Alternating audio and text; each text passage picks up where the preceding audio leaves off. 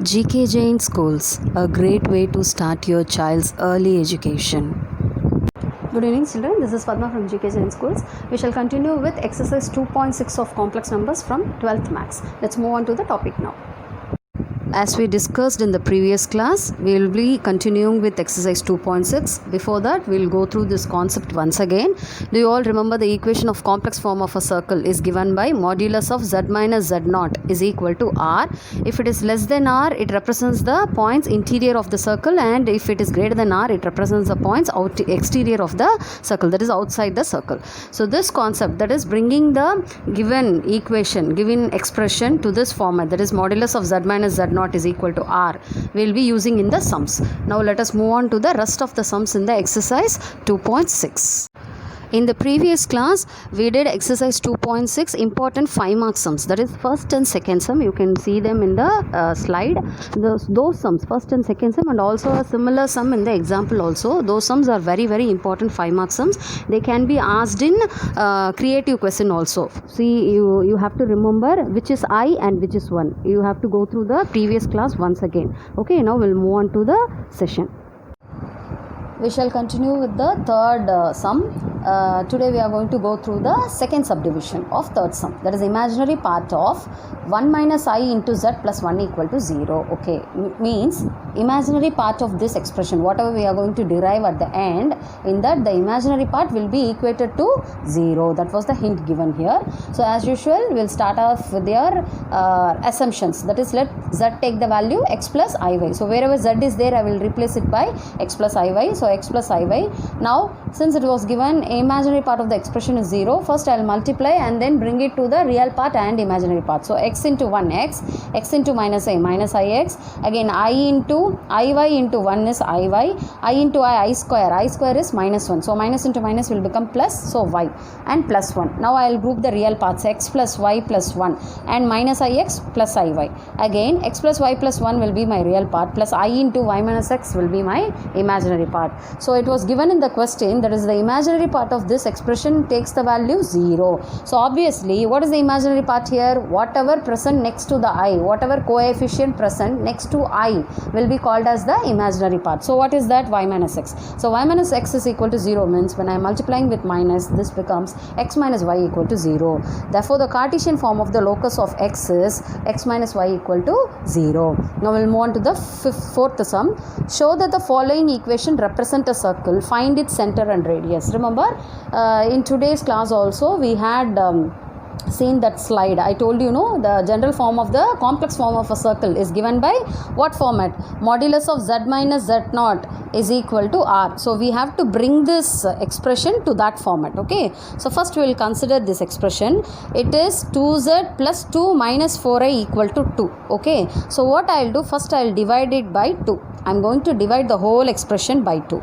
So this becomes z plus 1 minus 2i equal to 1. Okay, now my aim is to bring it to that format. What is the format? The general form of a circle, complex form of a circle. Okay, so what I will do, I will group them. See here, what was the expression I have got? Z plus 1 minus 2i. So I will bring it to this format, that is z minus z naught is equal to r. So what I am doing, I am grouping them. I will keep z alone here and I will keep the z naught over this side. So what is my z here? This is alone my z. So rest of the things I will keep it that side, and in between I should have the minus sign. So accordingly I will make it as z minus and then I will take the minus sign outside.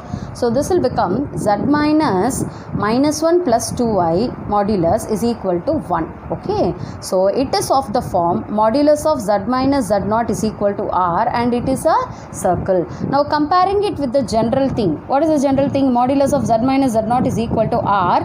Z naught is considered to be the center and r is considered to be the radius. So what is my z naught here? It is minus 1 plus 2i. Therefore center is minus 1 plus 2i, and radius, in the place of r what I am having 1. Therefore the center is 1. So this is very important 3 mark question. Okay, so one more sum we will see in this concept.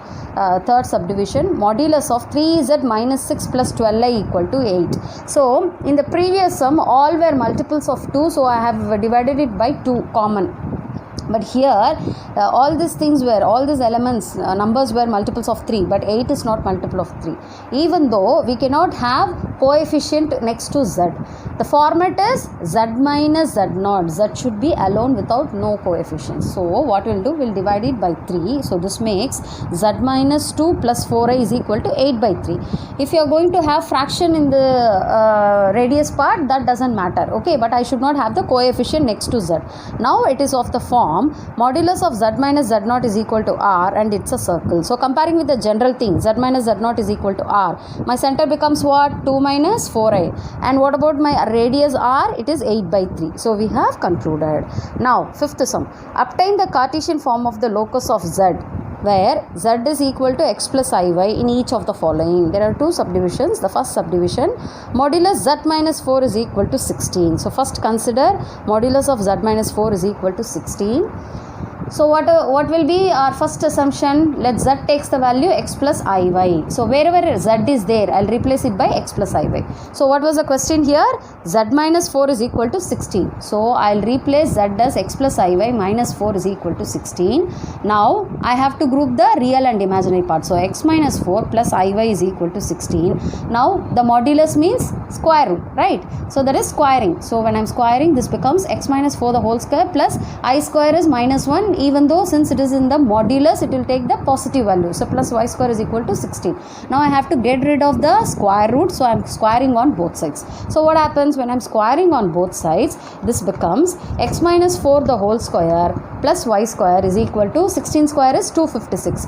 Now what I'll do, I can apply the formula a minus b the whole square. What is a minus b the whole square? It is a square plus b square minus 2ab. So I'll substitute it here, x square minus 2ab minus 2 into x into 4, that is minus 8x, plus 4 square is 16 plus y square. I can bring the 256 to the other side, which becomes minus 256 is equal to 0. Now simplifying, that is x square will be written as it is, y square minus 8x, and 16 plus 16 minus 256. So the required Cartesian equation will be x square plus y square minus 8x minus 240 equal to 0. Fine. Okay. So now we'll move on to the next subdivision. This is little different one. See here. It is having a modulus, but still it is having a square also. See, modulus of z minus 4 the whole square minus modulus of z minus 1 the whole square is equal to 16. So first consider the expression. Now what we will do? We will substitute z as x plus iy. So wherever z is there, I'll replace it by x plus iy. So x plus iy minus 4 minus x plus iy minus 1 the whole square is equal to 16. Now grouping the real part, x minus 4 plus iy the whole square minus x minus 1. See, remember, the square is outside the modulus, it is not inside. So you can group the real part and imaginary part clearly. So x minus 1 plus iy the whole square. Now actually what is the meaning of modulus? To take the square. Okay, so I'll take the square root. I will not bother about the square outside the modulus. Okay, let it be as it is. So now square root of x minus 4 the whole square plus y square the whole square minus this will be root of x minus 1 the whole square plus y square the whole square is equal to 16. Now see, usually in the previous sum what we did, we had the square roots, so we were squaring to get rid of the square root. But here since it was given modulus the whole square, automatically the square root and square will get cancelled, giving us this expression, that is x minus 4 the whole square plus y square minus x minus 1 the whole square plus y square is equal to 16. Now expand them, x square minus 2ab, that is minus 8x plus 16 plus y square, and here minus of, remember this minus is there and you have to write everything inside the bracket, x square minus 2x plus 1 plus y square equal to 16. Now take the bracket inside. So what will happen? Minus sign will go inside, that is x square minus 8x plus 16 plus y square minus x square plus 2x minus y square minus 1 equal to 16. Now what are the numbers which will get cancelled? What are the variables? X square will get cancelled, y square will get cancelled, and finally we will be having minus 8x plus 2x, that is minus 6x, and then 16 minus 1, that is I have written it here, 15 minus 16, that will be minus 6 minus 1 equal to 0. So taking the minus sign outside, I will be getting 6x plus 1 is equal to 0, and that will be the required Cartesian equation. So for the previous class and today's class, we have seen about the geometry and locus of a complex number. We did the examples and we have completed the exercise also. We will move on to the next topic in the next class. Thank you, children.